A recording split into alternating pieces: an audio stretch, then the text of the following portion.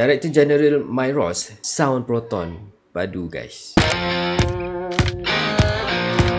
Dia cakap apa tau? Dia cakap jangan korbankan sistem keselamatan yang dah terbukti untuk sistem infotainment dan juga kerusi kulit.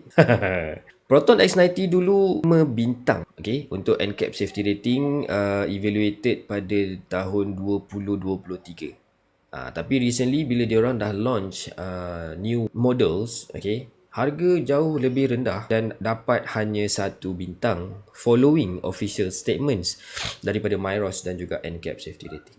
Kenapa? Sebab ADAS dibuang.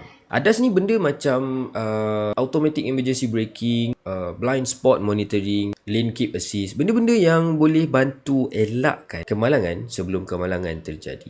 Jadi persoalan sekarang bukan pasal brand, tapi pasal patutkah safety feature dibuang untuk turunkan harga. Kalau korang nak beli family SUV, korang prefer harga lebih rendah ataupun safety tak ada langsung? Komen guys. Assalamualaikum.